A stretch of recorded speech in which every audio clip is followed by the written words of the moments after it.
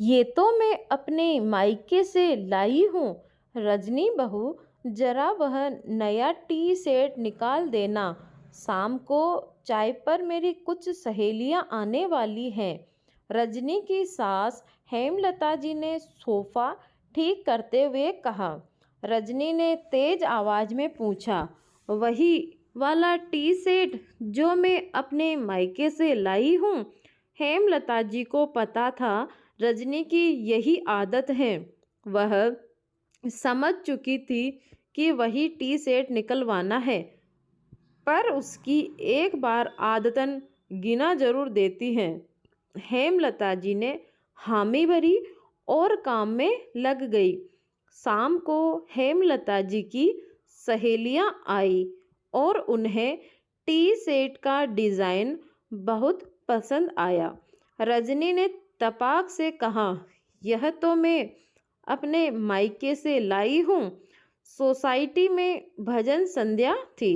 रजनी और उसकी सास भी भजन संध्या में तैयार होकर गए।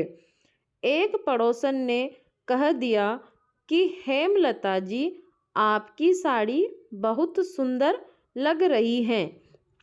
आज आप इसमें जच रही हैं। हेमलता जी से पहले उत्तर दे दिया रजनी ने। आंटी जी, यह साड़ी तो मैं अपने मायके से लाई हूँ। और रजनी का चेहरा खिल गया। हेमलता जी चुप ही रही। रजनी के पति राजेश ने एक दिन कहा, रजनी, भूख लग रही है, जरा सी मठरी और बेसन के लड्डू दे देना।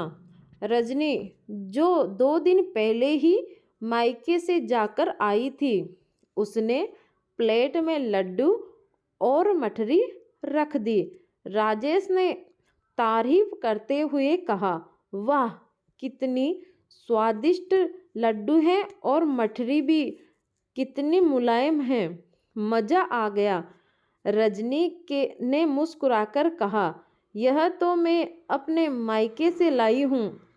हेमलता जी के साथ साथ सारा घर रजनी की इस आदत से वाकिफ था, इसीलिए राजेश भी कुछ नहीं बोला।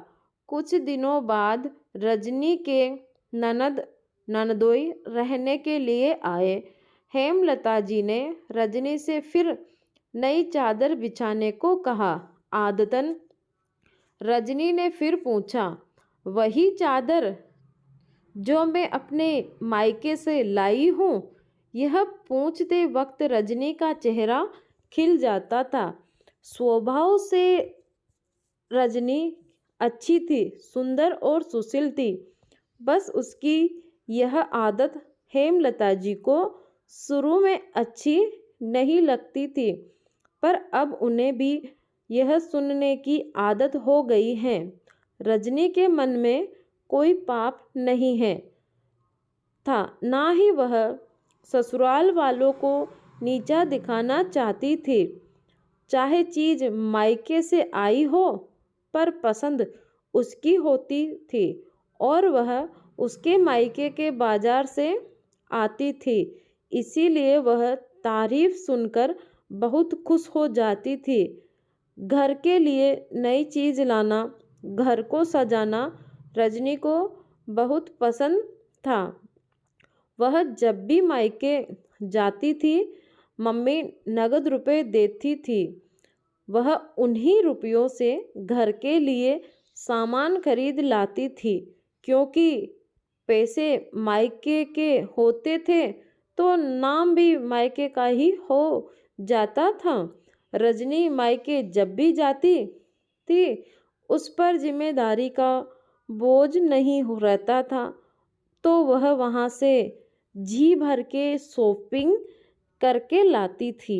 वहाँ रसोई का काम भी नहीं था, इसीलिए वह मायके से सारा सामान ले आती थी। शाम तक ननद ननदोई आ गए।